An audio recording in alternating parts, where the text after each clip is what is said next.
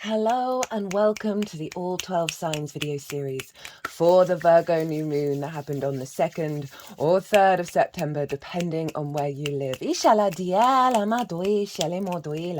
My name's Chloe. I work with card divination, astrology, and I channel multidimensional energies through my body, both in the form of physical and vocal light language.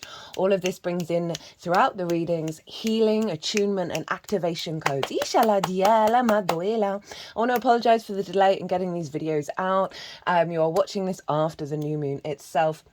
But I work with 6-month cycles, so the messages that come through are here to support your Virgo energy until the Virgo full moon next year. I am reading for Aries and Pisces in this video, so let us begin. Aries rising. How you doing, Aries?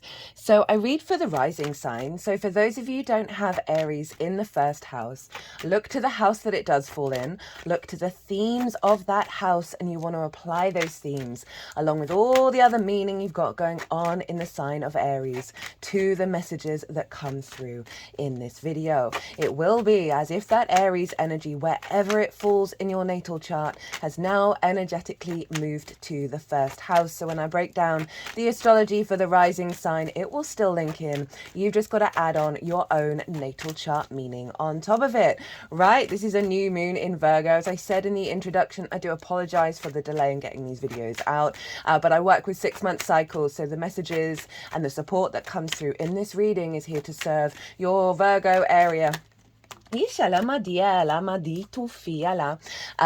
the Virgo full moon next year. There's going to be 3 piles. Diala.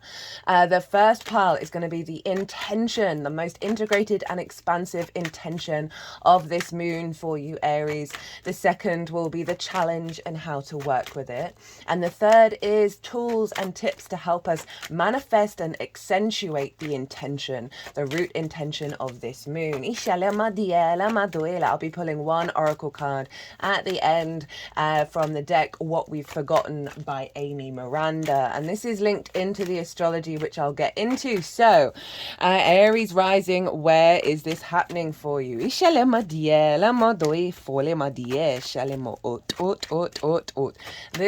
happening in your 6th house, the adult in the room. This is about work, how you understand things, how you figure things out, how you work, physical health, routines, co-workers, and pets.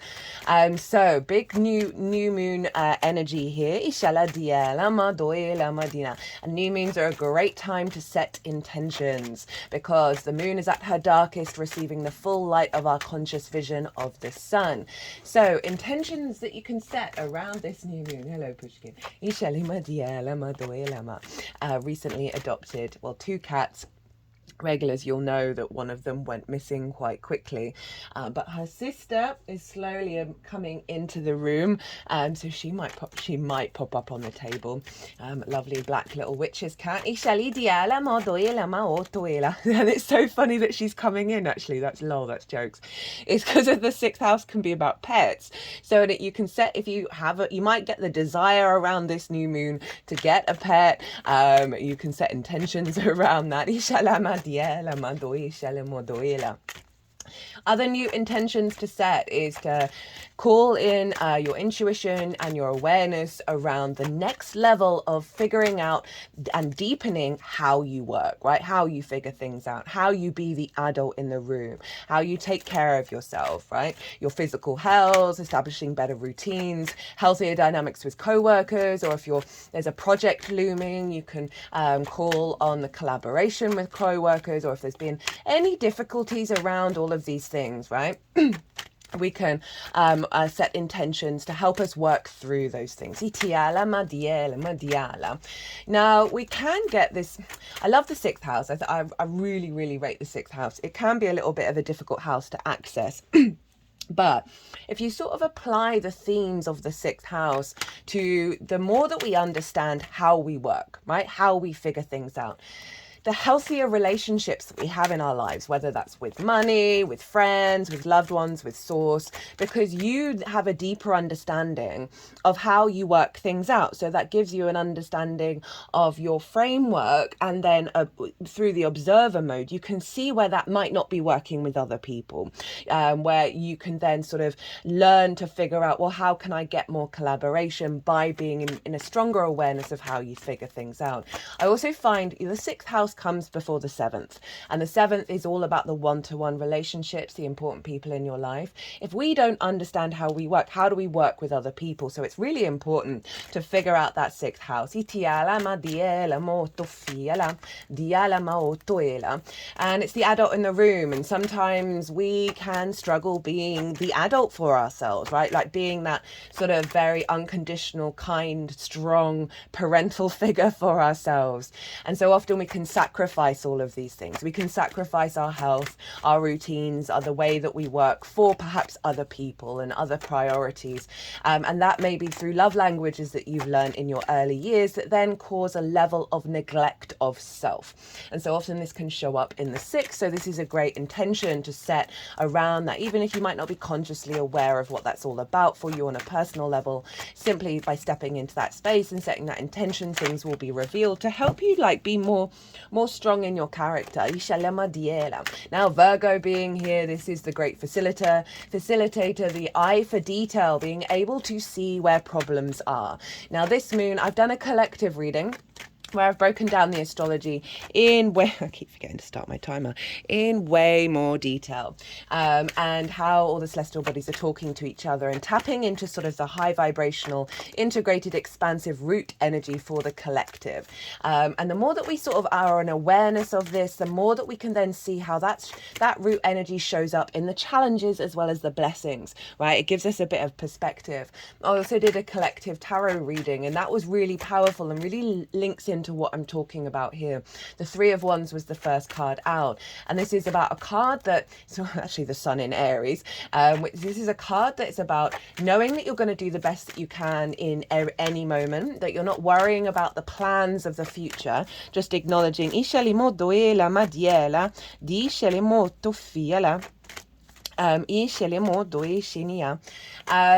what I got a bit distracted there.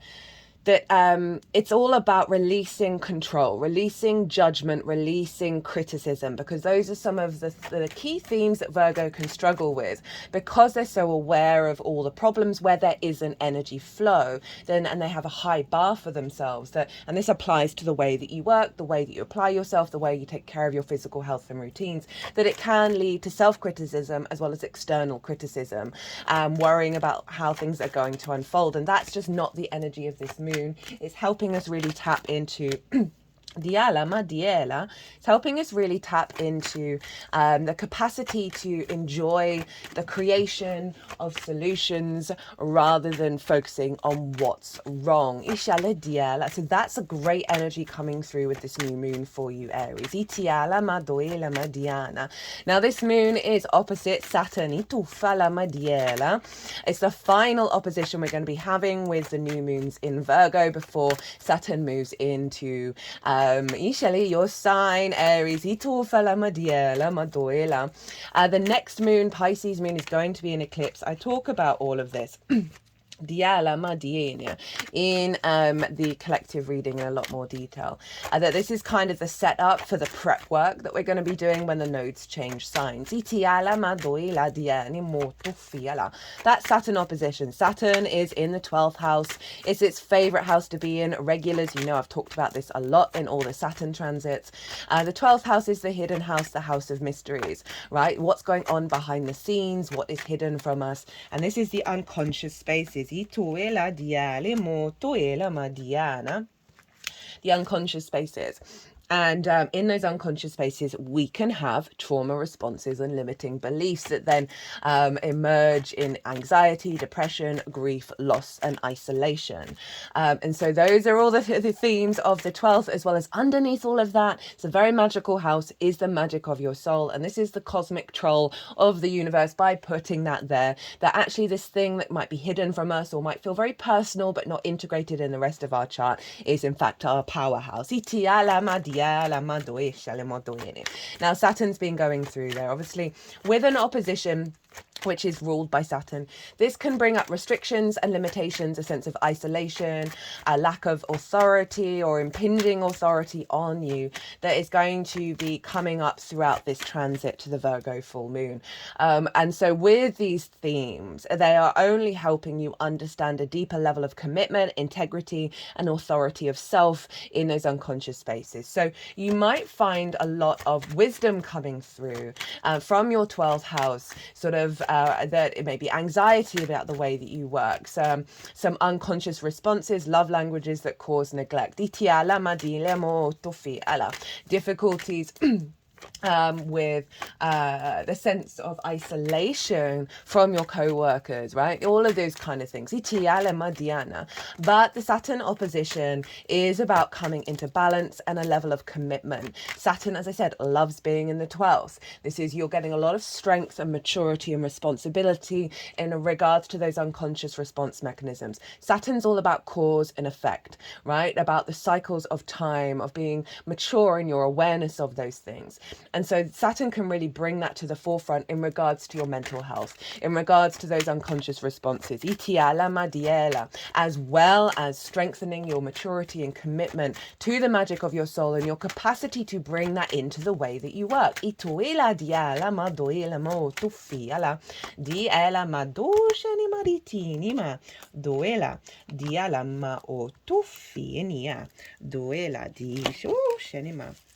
Right, all the tarot's out. And so that's one of the major aspects that's going on.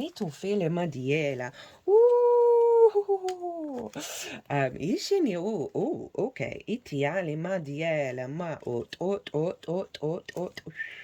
Diale ma ishale moto ela dieni moto ishale modo ela madiana. Let me just double check these ones again. Itufala. Okay, yeah, okay, right. Thought that was the case. Just going to get you your oracle card. And as I said, this is from What We've Forgotten by Amy Miranda. All the decks are in the description box. Saturn, as I said, is about cause and effect, is about karma, is about time, is about cycles and an awareness of that. Saturn's retrograde at the moment. So this is bringing up and revealing something that we've forgotten that will apply and be useful for this new moon, that's bringing that Saturn Virgo and energy into an alignment. Now, I talk about practical magic, and that is the term that I use for the Pisces Virgo axis. You know, Virgo can be hyper analytical and cannot necessarily be open to the non-rational miracle energy of Pisces. And so with this new moon, we're calling that in and bringing that into balance. Now this moon is ruled by Mercury. So wherever Mercury is going to be influencing the themes of this moon. And Mercury's in the sign of Leo. And this is in your 5th house of your creation energy, the house of joy, pleasure, amusement, games, children, both literal children and figurative children such as your inner child, as well as things you birth into the world from a creative point of view. It is about romance, dating and love. So lots of themes here with the Mercury energy. It's now gone direct. It's still in the retrograde cycle because it's traveling over the degrees it retrograded over, but it is direct. It is moving forwards. It is the morning star and it's thinking about the future. And so not only so we've got this influencing the Leo energy of your creativity, right? What brings you joy in your life, right? So we've got lots of themes here around the information you're going to be collecting, the synchronicities, the conversations you may be having, the way that you're perceiving information and collecting information and then communicating it around joy, around creativity. And I see this as a perspective energy, right? Of bringing in new perspectives into the way that you work, into your physical health and routines, co-workers and pets.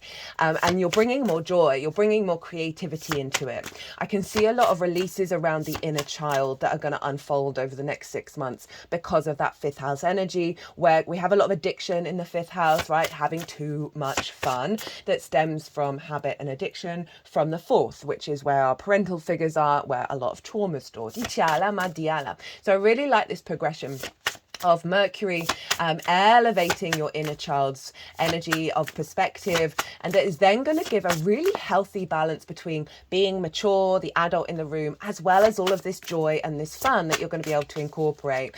This also can see an elevation of your capacity to have communications with loved ones, right, with romance and dating, and that is facilitating the capacity for co-creation. Because co-creation shows up in the sixth because of co-workers, of like working together with others on an equal playing field. Now, Leo ruled by the sun, and the sun is in Virgo. So Mercury and the sun are in each other's realms. This is what's called a mutual reception.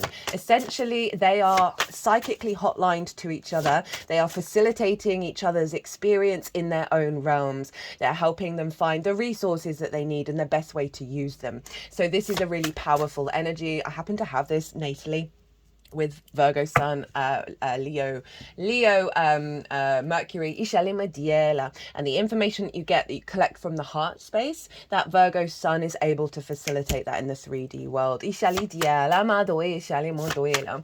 So they're really helping each other, and they're also making it easier in each other's realms. So this is a really powerful combination, that Mercury is not only influencing the moon, but is influencing the sun, and the sun is influencing Mercury, and it's just going back and forth. What else did I want to say? There is lots of other astrology going on. Not a crazy amount. Vesta's in Virgo. Love Vesta. Talk about that in the collective reading. But I will mention some really cool stuff going on with Libra, with Venus. And the reason why this is significant, one, she's doing amazing stuff over in Libra right now. But also, the beginning of the retrograde for Mercury was conjunct Venus in the sign of Virgo. And that meant that retrograde cycle brought in a level, of, through vulnerable conversations, through how you're perceiving the world, of stepping into a frequency of healthier relationship dynamics, of giving and receiving from the heart. That helps facilitate the 3D world. So that was very much influencing what Mercury was up to. And obviously Mercury's gone direct. It's still in its retrograde cycle. So the fact that Venus is doing some really prominent, powerful stuff in her own realm, in the sign of Libra, which is obviously opposite you, is really wonderful. She's conjunct the South Node. She's conjunct Juno and Black Moon Lilith, which are both asteroids. Juno's all about commitment. Black Moon Lilith is all about independence through, wanting relationships that are about respect, honor, and dignity. And if she's not going to get that, if she's tried and it's not happened, she's going to pack her bags and leave. So a very powerful independent energy with that South Node, which obviously Venus is ruling right now. And so we're heightening and deepening our level of refinement that we've been working on in the Libra area of our chart. For you, that's in the 7th house of the other, business partners, clients, friends, romantic, long-term committed relationships, source, ishali, one-on-one important people in your life or important energies. So this whole combination that's going on in Libra is you may have felt certain relationships fall away or get refined during this whole nodal series, Aries. And so it's a real inner esoteric experience. Venus is making sure we're connecting the dots, harmonizing, bringing diplomacy, grace, and creativity, and elevating everything that we've learned. And that the things that are really important for our evolutionary cycle are getting locked in with Juno, a commitment to that, as well as your commitment to a higher vibrational level when it comes to working with the other. That means that you're not self-sacrificing your respect, honor, and dignity. Another key thing that I'm going to mention, just because it's Aries, is Mercury is trining Chiron in your sign. Lots of fire came up in that collective reading. I really recommend it. Around really healing a lot of deep wounds, finding a lot of wisdom and a lot of maturity in our understanding of the world. So that's linked into your sense of self, into your creativity. So let's crack on with the tarot. So the intention of this moon as it unfolds over the next 6 months is Judgment, is the 2 of Cups and the 9 of Cups. And that's why I kept giggling to myself, because I was like, fuck me, Aries, this is wild. So this is Pluto, and Pluto's moved into Capricorn. I've done a transit series on that. Do recommend. It's not going to happen again in our lifetime. It's trining this moon by sign, but not by the degree, because Pluto's at 29 degrees, and this is an 11-degree moon, but it's still having a big influence on it. This card's shown up for quite a lot of signs. So this is all about the ascension process, right? You see, these are the dead. They are the same color as the hermit. They are gray. They represent wisdom. And you think about, and so these are old versions of self, as well as the ancestors, past life energy, that have got stuck somewhere along the way, that have had perhaps a trauma that's happened to them in a lifetime that they can't let go of, whether that's rage, vengeance, grief, all of these things that can have that energy in the etheric field get entangled, inshallah, and sort of stagnant and stuck. And so we have a lot of that in our timelines, in your own timeline, old versions of self that you may have thought that you've quite healed and changed that perspective, but there's something lingering. This angelic angel is, through the angelic frequency, is raising this up, giving a level of ascension of the judgment of that energy. They're able to see the bigger picture, the bigger perspective with the mountains in the background. And so that's freeing up a lot of energy flow, which means you are then able to make better judgment. And there's a sense of finality and then ascension into the next level. So this is really powerful in regards to all of those themes that I said about the 6, which can be a bit difficult to access, being the adult in the room. There's some wounds here that are being released with this cycle, where it's going to give you an ascension in your awareness of how you work, how you take care of yourself. We then have the 2 of Cups and the 9 of Cups. And so this is referencing that Libra energy, as well as what's going on in Leo with Mercury. We've got the unification through love, right? The sense of the desire to connect and be in a state of giving and receiving in co-collaboration. We have the masculine, feminine, and spirit, and they're all coming into an alignment, right? We have the caduceus and the kundalini energy, deep healing, and the rising up of your energetic frequency. So there's something here about coming into unification with yourself through your emotional body, through love, of the way that you work, right? The way that you take care of your physical vessel, all of those things.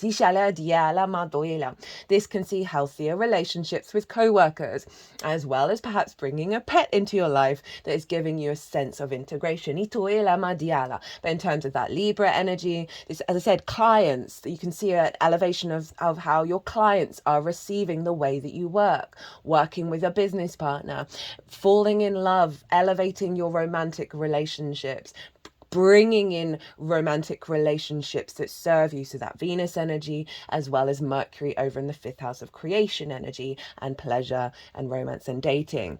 We've got the 9 of Cups as well. So this is you feeling really confident, really good in yourself. And that is that Mercury energy of your creation energy, right? Of you operating from a place of love, from a place of passion and drive, that's just helping you feel like, oh, I'm here on this planet and I really like it. This is also linked into the Pisces Saturn energy, that this is bringing about a elevation of your understanding of your unconscious spaces, your trauma responses, that is tapping you and unifying you with the magic of your soul, that's going to have you feel more satisfied and confident in the way that you work, in the way that you're bringing the magic into the ways that you work. It's a powerful, powerful energy. We have the Queen of Pentacles at the bottom of the deck. So big earth energy. The Queen of Pentacles is really good at giving advice. So for some of you, this may be elevating the way that you work, because you're connecting to your creativity and your joy, is giving more resonance of abundance and good advice to those you may be working with, right? As well as to yourself. This is about nurturing and tending to your physical vessel, having the space and time to bring depth, nuance, and support and nourishment to your physical vessel, to the way that you do things. So that's a really beautiful energy, that it's yin, right? So it's the unfolding of things, but it's saying that you've got a frequency around you that's allowing you to be the adult in the room for yourself, but from a really beautiful yin space where it's deeply nurturing and deeply nourishing. The challenge and how to work with it. So originally I was called to have this this in the upright and these in the reverse, and something just felt off about that, so they went all in the upright. So this is it. And I feel like this is part of the solution, but they really want you to focus on some quite intense energy and realize that these are challenges, but these are all things, by putting observation on them, that you're going to put them in the reverse, right? So we've got the 10 of Wands, the 5 of Wands, the 3 of Swords. The 10 of Wands for the 6th house is not that surprising. This is having all the things to do, doing all the things, doing it all yourself. You know, Virgo can be very independent. But this isn't a happy way of working with it, because having lots to do is not a bad thing. It's the energy and the resonance that you get from doing it through your perspective. And this figure can't even see that it's a beautiful day, right? They can't even see that they're about to complete this cycle. They are like hunched over. So there's something around your interpretation of work, health, and routines that is a perspective that is draining your energy and giving you a heaviness. You may also have lots to do. You may just feel completely overwhelmed. And this cycle is going to be bringing this to the surface for you to really observe and step into this energy and realize that there is another perspective here, that there are some wounds from your old existence as well as your past life energy. Think of Pluto with the ancestors, that you're carrying a certain weight that this moon is going to be clearing out, because these are all going to turn in the reverse.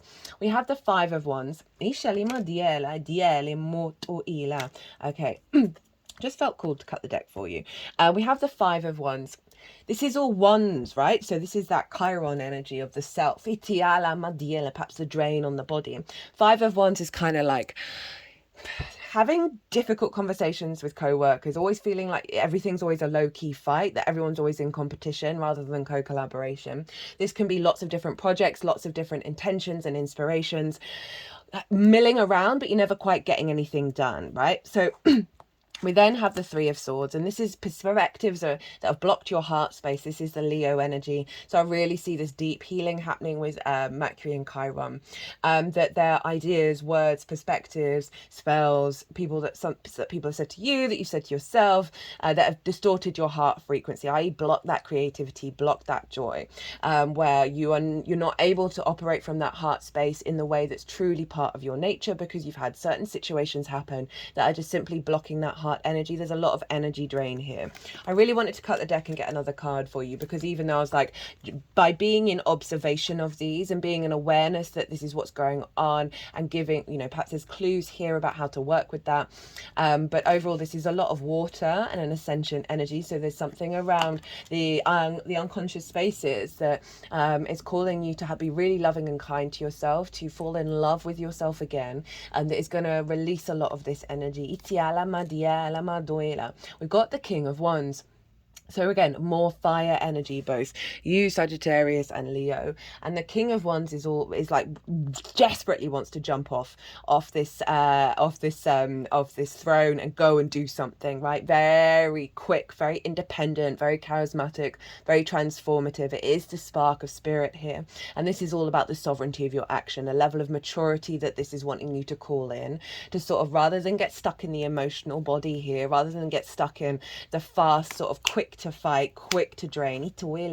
This king is saying, hey, no, you want to cultivate a level of maturity in how you're responding to things, and also your own sovereignty that comes through your creativity and comes from more joy and more pleasure rather than this. So there's something about a perspective that Mercury energy is calling for you to bring into all of this that's going to help alleviate. It's going to give you more opportunities and pathways by taking action on that frequency. So how to amplify all of this, right?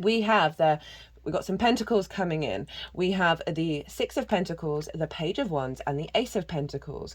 So the Six of Pentacles is all about rebalancing away from a scarcity mindset, right? We've got the scales here, and there's a sense of an offering, right? This is the same hand gesture as the Hierophant and the Ten of Swords. So there's something around the awareness of the difficulties that you've gone through, the wisdom that you've learned from them, that being in acceptance of that and not being in conflict of it is going to shift you into a space of surrender and neutrality, that through your instincts will come through, and there's going to be a rebalancing around the material world. So that's going to help elevate and understand and deepen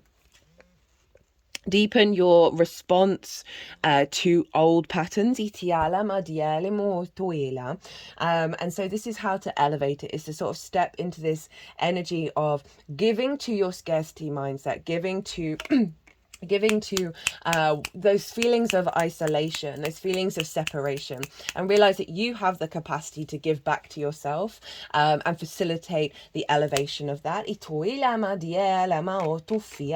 This could be also about talking to somebody, a co-worker, source, and seeking wisdom, seeking support. There's collaboration here. There is a sense of more than one party, so there may be something around that. This may be stepping into a sort of a more charitable mindset about the things that have happened.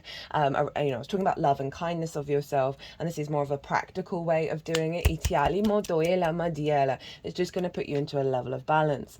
We have the Page of Wands. Now, this is screaming that creativity, that joy, that passion, that love of Mercury, of finding new ways of communicating. There's going to be more signals and synchronicities that are going to come through, but the pages are very useful. They're not very jaded. They've just got into the court. So there's an element of flipping the switch and letting go of things that's coming with the Judgment card, and tapping into your instinctive awareness of your creativity and joy, right? This is also about talking to your inner child. Seeing what your inner child has to say, that's going to help release those unconscious responses that Saturn's helping mitigate and navigate for you to then bring in the Queen of Pentacles. Brainstorming, having lots of chats with people, seeking out health routines, things to help support your physical health, that may be quite new and novel to you, and playing and being curious. Ace of Pentacles, there's a renewal in your 3D realm, right? That's coming from a higher perspective, but also calling you to create from on this planet. There may be new offers and opportunities that come through with work, with health routines. This may be about the pet, as well as just acknowledging that there's a new frequency coming in through your 6th house, and being an awareness that the universe is offering you this new dynamic, right, to work with. It is saying, like, this is a reminder of things are shifting, right? All of this is shifting. I would also call you to ground yourself, get out in nature, spend time around awareness of the cycles of time, and reconnect your circadian rhythm. This may be watching the sun come up in the morning or setting in the evening, but there's something around honoring the earth energy within you that is going to see more activations come in. Now let's look at the oracle card. So we've got vibration. Really like the artwork on this deck.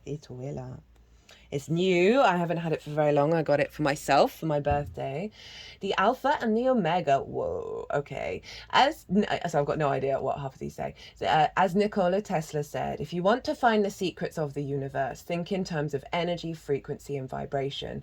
We all animate frequency, and we all create vibration. Our speech, our movements, our yes, our thoughts too. Your vibration is how we might describe your state of being. Everything in the universe is made up of energy vibrating at different frequencies. Human beings and everything else in the natural world have a resonance. Modern science has started to recognize what ancient mystics have told us for hundreds, if not thousands of years, that everything is in a constant state of vibration. Everything, down to the smallest particle, to the things we cannot perceive with our limited senses. Energy is meant to move. It's not meant to be stagnant. This is one of the most important things to remember in our magical practice, but specifically in our transmutation practice. Vibration matters. Our brain operates in vibrationary states. Vibration and resonance is part of the human consciousness. The alpha in brainwave terms is a place of accelerated learning, increased memory, psychic ability, and intuition. It's the witch wave. The omega is what we do with it. This week, consider how you create vibration with your movement, with your thoughts, and your voice. What changes do you notice when you become conscious about the true meaning of vibes? So that's kind of tying in that page of Wands and the Ace of Pentacles. And what I was saying about grounding and being playful, and the way of shifting your perspective is by being aware of certain frequencies within you, but that you have the sovereignty to be able to change them. You might want to listen to some binaural beats, some alpha waves. Do they do omega waves? Theta brain waves when you are connecting to the earth. And this can be a really helpful tool to bring into your health. And that's going to recalibrate your energetic field, which is going to help with mental health, what's going on in the 12th. That's then going to reduce inflammation in the body and help with you having more energy in the 6th house. Right, I'm leaving that at that. Ooh, it's a bit longer than anticipated. Okay, Aries, I hope you enjoyed this reading. I hope it resonated. If you did, hit that like button. It brings me a lot of joy, and also obviously helps the algorithm. As always, an honor and a privilege to read for you, Aries. Be good to yourselves, be good to those around you. Safe travels, and be well until we meet again.